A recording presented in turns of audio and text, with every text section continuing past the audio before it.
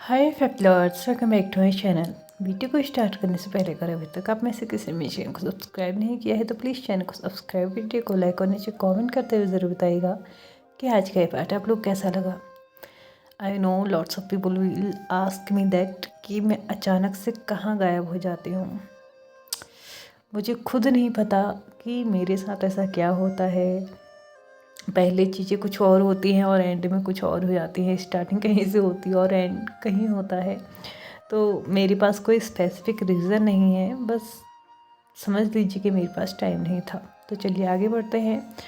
Let me love you again के next part को start करते हैं। लास्ट पार्ट में हमने देखा था कि यहाँ पे जियांग्स एक अच्छी बहुत बड़ी पार्टी थ्रो करके सभी को ये अनाउंस करते हैं कि उसका जो सन जियान चैंग और लैन वांगची दोनों ही पेरेंट्स बनने वाले हैं। और ये सुन के सभी लोग बहुत ज़्यादा खुश थे, लेंस भी, जियांग्स भी और बाकी सभी लोग भी। लेकिन जो शॉक्ड थे वो था सबसे पहले विंग और फिर उसके बाद वेसांग। ऑफ कोर्स विंग क्यों शॉक्ड था मैं बता चुकी हूँ, क्योंकि उसने कभी सोचा ही नहीं था कि लहरोंग जी इतने ईजिली इतनी जल्दी किसी और के साथ मूव ऑन कर जाएगा। लेकिन उससे भी ज़्यादा शॉक्ड वेसांग था ये जान के कि कल तक जो इंसान आई नो विंग ने उसके साथ बहुत गलत किया है, ये चीज़ वेसांग सोच रहा है। ठीक है, उसके हिसाब से वो जानता था कि विंग ने उसके साथ बहुत गलत किया है, इतना गलत किया है कि उस इन फ्यूचर ना विंग कभी उससे माफ़ी मांगे तो भी उसे उसको माफ़ नहीं करना चाहिए।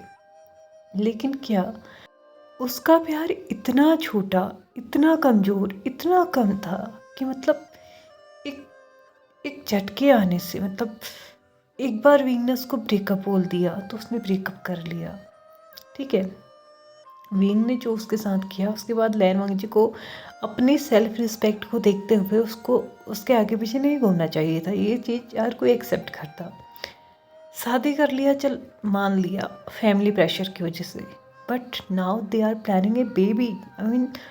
लैन वांगजी प्रेग्नेंट है और वो भी अपने हस्बैंड की बेबी से। ये जान के वेसांग बहुत ज़्यादा शॉक्ड था। उसने कभी सोचा नहीं था कि लैन वांगजी इतनी इजीली अपने आप को किसी और को सरेंडर कर देगा। किसी और के साथ फिजिकल हो जाना, उसकी जगह में कोई और होता ना तो शायद एक पल के लिए वो मान भी लेता यार कि शादी की बात होता है। लेकिन लैन वांगजी, क्योंकि लैन वांगजी को बहुत टाइम से देखते आ रहा है, तो उसने कभी भी लैन वांगजी को ऐसा देखा ही नहीं था कि लैन वांगजी कर एक चीज़ उसका एक सटीक सा नियम था कि जो चीज़ शुरू हुई है उसी चीज़ को फॉलो करेगा। अगर प्यार विंग से है तो विंग से ही रहेगा, ऐसा वाला। लेकिन यहाँ पे तो पूरी काया ही पलट हो गई। विंग जो कि अभी तक यही सोच रहा था यार कि शायद आज नहीं तो कल जैन चेंग विंग लैन वांगजी से फ्रस्ट्रेटेड हो जाएगा, परेशान हो जाएगा, वो उसको छोड़ देगा। लेकिन अब जब उसको ये पता चल रहा था कि वो दोनों तो फैमिली भी बनाने वाले हैं, ये उसके लिए एक्चुअल में एक हार्ट ब्रेकिंग न्यूज़ थी। पहली बार विंग को लैन वांगजी की शादी से ना इफ़ेक्ट हुआ था, पहली बार। That was the first one time that उसे लगा था कि सच में उसने लैन वांगजी को कंप्लीटली खो दिया। वो उसका हाथ में जो वाइन का ग्लास था ना वो ऑलमोस्ट गिरने वाला था, जो कि वेसांग ने संभाला था। वो इस वक्त लैन वांगजी को देख रहा था। लैन वांगजी की फेस पे काफ़ी अच्छी सी क्यूट सी स्माइल थी। ऑफ कोर्स उसकी सिग्नेचर स्माइल थी, बहुत ब्राइट नहीं थी, लेकिन हाँ वो स्माइल बहुत प्यारी थी। इस स्माइल को विंग ने कई बार देखा था, लेकिन अफसोस कि वो स्माइल सिर्फ वो उसकी वजह से देखता था और आज पहली बार किसी और की वजह से देख रहा था। विंग के लिए ये मानना एकदम इम्पॉसिबल था कि लैन वांगजी उससे मूव ऑन कर जाएगा। यहाँ पे वो कहते हैं ना कि कभी कभार किसी की ईगो हर्ट हो जाती है, लेकिन एक्चुअल में यहाँ पे विंग की ईगो हर्ट नहीं हुई थी। उसने जो इमेजिनेशन, अपनी एक अलग स्टोरी, अपनी अलग वर्ड, अपना एक अलग दुनिया बना के रखा हुआ था ना कि लैन वांगी आएगा, उसके आगे पीछे घूमेगा और उसको तो उससे प्यार ही नहीं है, वो तो बस अपने पेरेंट्स के गुड बुक्स में आना चाहता था। और ये सारी चीज़ें मतलब सिर्फ एक रीज़न के तहत हुई थी, कभी प्यार व्यार तो कुछ था ही नहीं। दोस्ती तो उसके साथ तो रखना ही नहीं चाहता था, या फिर ये कहो कि लैन वांगी किसी के लायक ही नहीं था। ये सारी चीज़ें जो उसने अलग से इमेजिन करके रखी हुई थी ना, इस वक्त वो टूटी थी, उसका ईगो नहीं टूटा था। यहाँ पे लैन वांगजी और जैन चेंग दोनों को ही एक साथ खुश देख के ना कहीं एक हल्की सी नमी विंग की आंखों में आई थी। उससे मतलब इस वक्त ये महसूस हो रहा था कि उस जैन चेंग के सामने उसके बदले मुझे होना चाहिए था, लेकिन मैं नहीं हूँ, वो है। उसके आंखों में ना वो नमी अब बढ़ने लगी थी, इकट्ठा होने लगी थी और आंसू बनने के लिए तैयार थी। लेकिन उसने आपको इतने मतलब कंट्रोल किया ना खुद को कि उसके बहते हुए आंसू भी उसने रोक लिए ताकि कोई उसे देख ना पाए। यहाँ पे वेसंग विंग से बोलता है, क्या तुम ठीक हो? तो यहाँ पे विंग आंसर करता है, हाँ मुझे थोड़ा सफोकेटेड सा फील हो रहा है, तो मैं बाहर जाना चाहता हूँ। ऐसा कहते हुए उसने अपने ग्लास को उसके पास जो टेबल था उस पर रख दिया। उसके बाद वो आगे बढ़ने लगा। चलते चलते उसकी नज़रें फिर से लैनवांग जी की तरफ गई, जो कि उसको बिल्कुल भी नहीं देख रहा था। आज उसको फर्स्ट टाइम ये महसूस हो रहा था कि सच में लैनवांग जी की लाइफ में अब विंग कहीं से कहीं तक नहीं है, और जो है उसने विंग की कमी ऐसे पूरी कर रखी है कि लैनवांग जी एक बार उसकी तरफ देख तक नहीं रहा है। विंग उस पार्टी से बाहर आ चुका था। बाकी सभी लोग अंदर बहुत ज़्यादा एंजॉय कर रहे थे, सभी लोग बहुत ज़्यादा खुश थे और बहुत सारी विशेस ब्लेसिंग्स दे रहे थे दोनों को ही, यानी कि जैन चेंग और लैनवांग जी को भी। विंग और वेसांग ने बाहर थोड़ा टाइम स्पेंड किया। उसके बाद विंग ने वेसांग से बोला कि वो घर जाना चाहता है, और उसको भी बोल दिया कि वो भी अपने घर जाए क्योंकि लेट नाइट होने वाला है, तो दोनों को ही घर पहुंचना चाहिए। ऑफकोर्स कॉलेज भले ही अभी नहीं है, लेकिन फिर भी उनके कुछ अदर प्लान्स हैं जो सुबह उठ के उन्हें फॉलो करने हैं, तो अभी उन्हें टाइम पे सो जाना चाहिए। हालांकि वेसांग ये अच्छे से समझ पा रहा था कि विंग ये पूरी क्लियरली मतलब उसे पता चल रहा था कि विंग जो है ना ये बहाना बना रहा है। उसका कल की प्लान्स जो भी है ना वो उतने भी इम्पोर्टेंट नहीं है। ऑफकोर्स अगर वो सोना चाहे ना तो वो दिन के 1 बजे तक भी सो सकता है, लेकिन अगर बात यहाँ पे वो इस वक्त सोने की कर रहा है, यहाँ से जाने की कर रहा है, तो ऑफकोर्स कहीं ना कहीं उसके दिल के टूटे हुए टुकड़ों को ना वो किसी को दिखाना नहीं चाहता था, इसलिए वो बस यहाँ से जाना चाहता था। वेसांग ने भी इस वक्त विंग को अकेला छोड़ना ही सही समझा, और ऑफकोर्स वो शांत दे भी तो कैसे। उसने उसको बहुत समझाने की कोशिश की थी, तब वो नहीं माना, तो आज उससे क्या कहेगा कि तुम्हारे साथ गलत हुआ है या फिर तुमने किसी के साथ गलत किया है।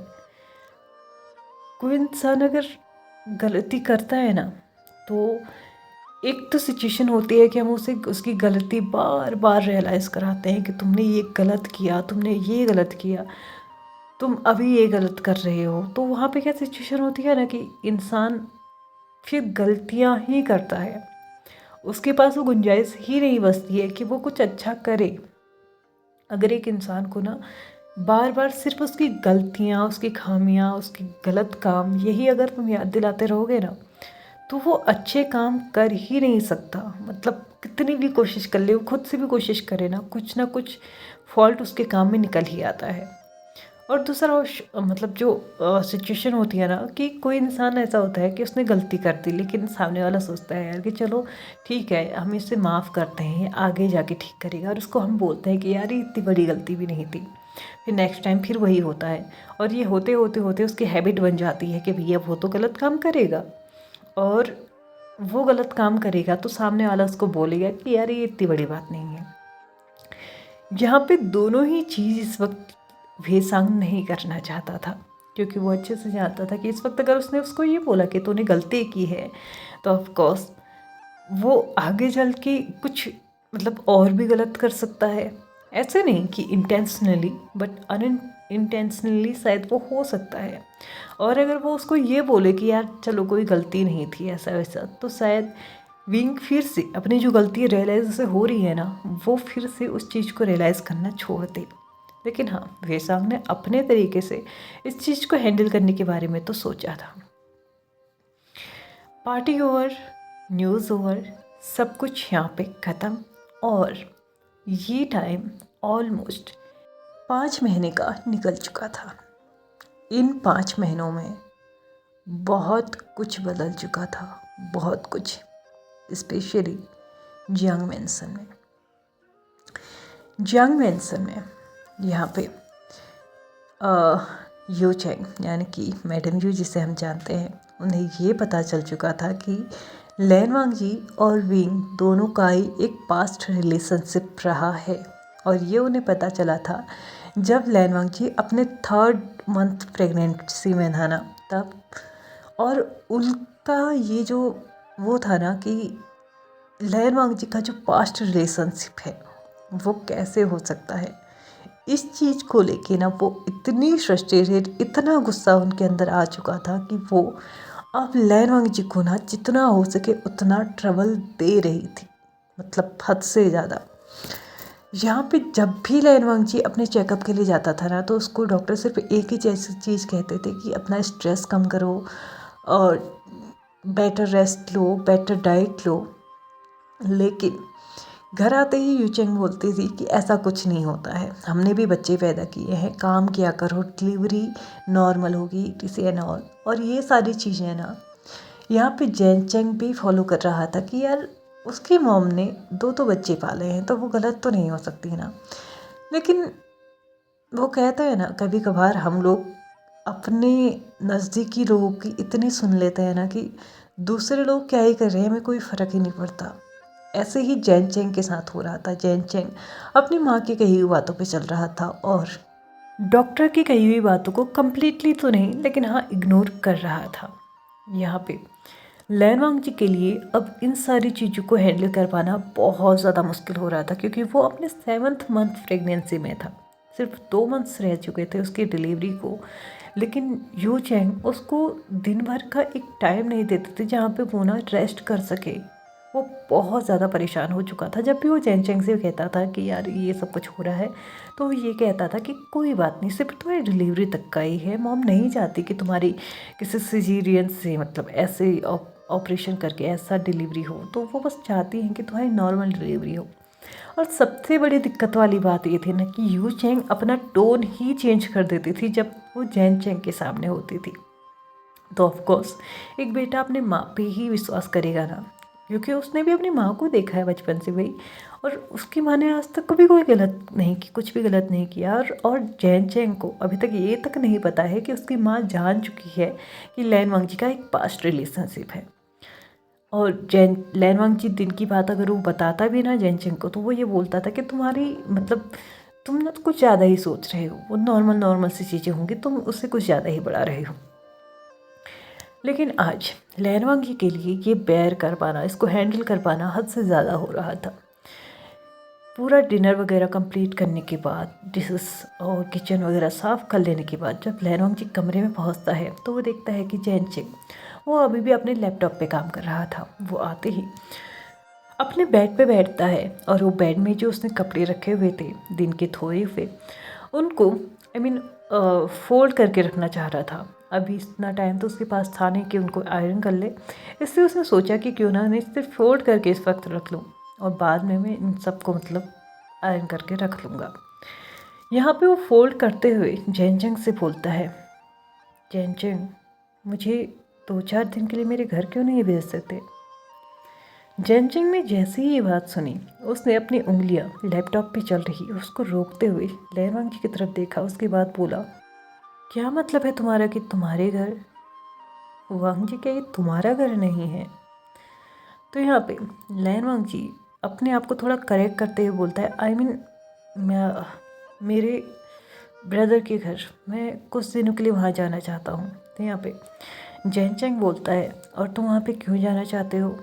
देखो मैं रोकना नहीं चाहता, लेकिन हाँ अगर तुम फिर से ये कहने वाले हो कि तुम्हें यहाँ पे रेस्ट नहीं मिल रहा है, प्रॉपर केयर नहीं मिल रही है, तो प्लीज़ ये टॉपिक यहाँ पे छोड़ दो।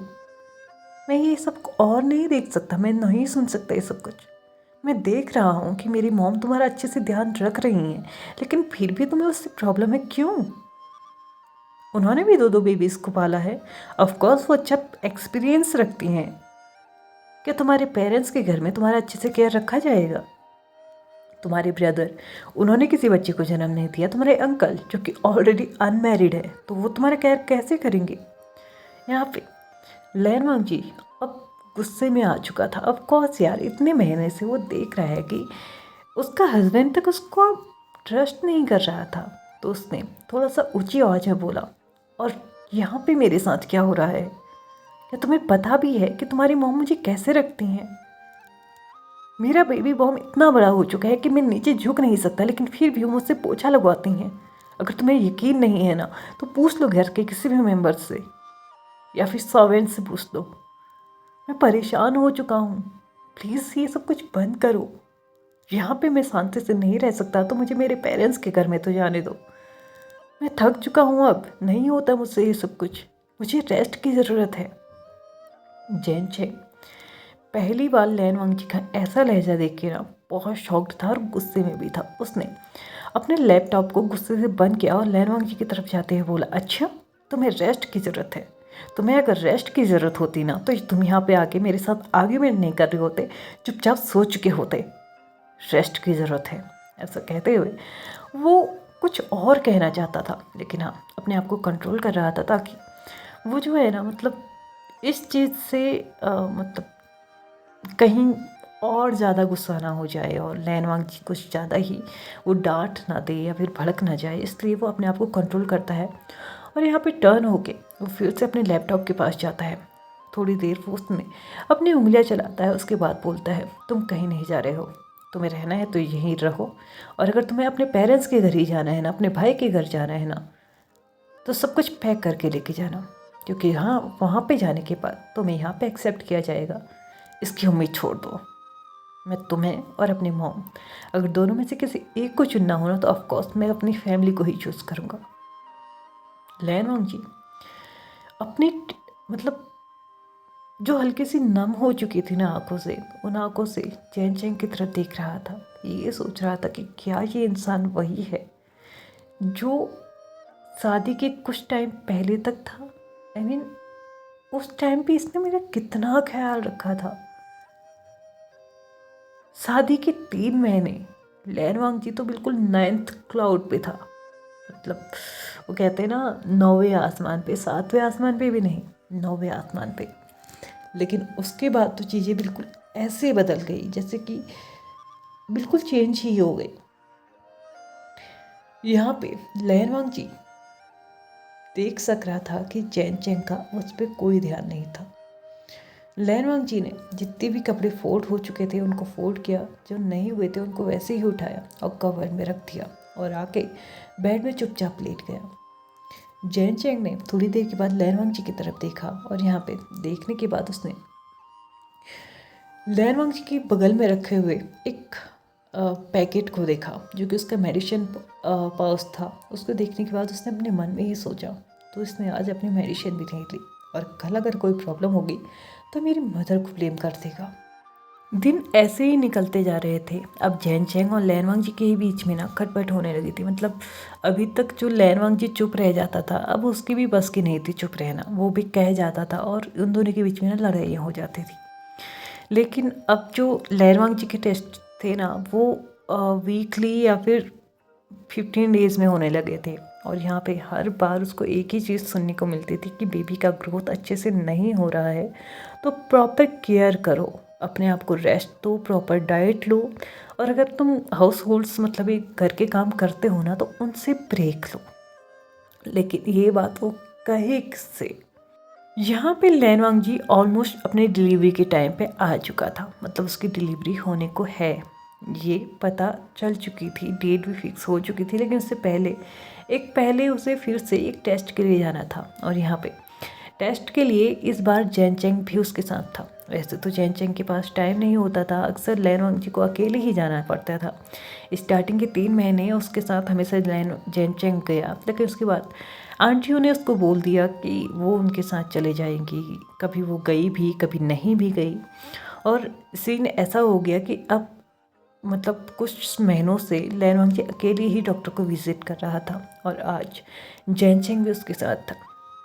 यहाँ पे फिर से जैन चेंग का अल्ट्रासाउंड हो रहा था, एक जेल जो कि उसकी टमी पे लगाया गया था, और अल्ट्रासाउंड मशीन जिसे वो मॉनिटर में देखने वाले थे कि क्या प्रोग्रेस है। लेकिन यहाँ पे प्रोग्रेस देखने के बाद डॉक्टर एकदम शॉक्ड थी। डॉक्टर जैन चेंग से बोलती हैं, क्या आप लोग इनका ध्यान नहीं रखते? मैं हमेशा इनसे यही बोलती हूँ कि केयर किया करो, रेस्ट किया करो, लेकिन मुझे नहीं लगता कि ऐसा कुछ कर रहे हैं। I am sorry mister Jiang, but मुझे नहीं लगता कि हम नॉर्मल डिलीवरी कर सकते हैं, और हाँ, मुझे ये भी नहीं लगता कि हम बच्चे को बचा सकते हैं। मुझे लगता है कि बच्चे को बचाने का जो डिसीज़न होगा ना, वो सबसे ज़्यादा रिस्की होगा। मुझे नहीं लगता कि हमें ये सब कुछ करना चाहिए। जल्दी से जल्दी हमें ऑपरेशन कर लेना चाहिए। वैसे भी ड्यू डेट ऑलमोस्ट 2 वीक बाद की ही है ना, तो इसमें कोई प्रॉब्लम नहीं होगी अगर हम कुछ दिन पहले ही इसको कर ले तो, क्योंकि बिना ऑपरेशन के बच्चा बच नहीं पाएगा। अगर कुछ पॉसिबिलिटीज़ हुई तो, वरना मुझे बच्चे के बचने की कोई पॉसिबिलिटीज़ नज़र नहीं आती। बच्चा ऑलमोस्ट अपनी मूविंग कम करने लगा है, और ये शायद लैन वांग जी को भी फील होता होगा। वो अब बहुत टाइम के बाद किक करता होगा, बहुत कम मूव करता होगा। लैन वांग जी अपने आप में ही ये ऑलरेडी फील करता था कि उसका बेबी जो है ना, वो बहुत कम मूव करता था, मतलब ना के बराबर। दिन में तो दूर की बात रही, वो 2-3 दिनों में मूव करता था। और ये देखने के बाद ना लैन वांग जी को बहुत चिंता होती थी, लेकिन वो कह नहीं पाता था किसी से, क्योंकि आंटियों को बोला तो वो यही कहती थी कि जब ड्यू डेट आ जाती है पास तो ऐसा ही होता है। और यही चीज़ उसने जैन चेंग के दिमाग में भेज दी थी, और जैन चेंग भी यही रिप्लाई अब लैन वांग जी को देता था। लेकिन आज उसको पता चल रहा था कि एक्चुअल में हो क्या रहा है। लैन वांग जी जो कि यहाँ पे बेड पे लेटा हुआ था, उसे पता ही नहीं चला कि कब उसके आंखों से ना आंसू बहने लगे थे। वो अपने बेबी को नहीं खोना चाहता था, जिसके लिए उसने 9 महीने इंतज़ार किया था। वो नहीं चाहता था कि आज वो उसको बिना अपनी गोद में लिए ही इस तरीके से गवा दे। लेकिन क्या सच में ये बेबी उसके पास रह पाएगा? ये तो हम जानेंगे आने वाले एपिसोड में, क्योंकि अभी मेरा टाइम हो चुका है इस पार्ट को यहीं पे ख़त्म करने का। तो चलिए फ्रेंड्स, आज के इस पार्ट को यहीं पे ख़त्म करते हैं। वीडियो पसंद आया तो प्लीज़ लाइक से सब्सक्राइब एंड कमेंट करते हुए जाइएगा। Thank you so much for watching my video and bye bye.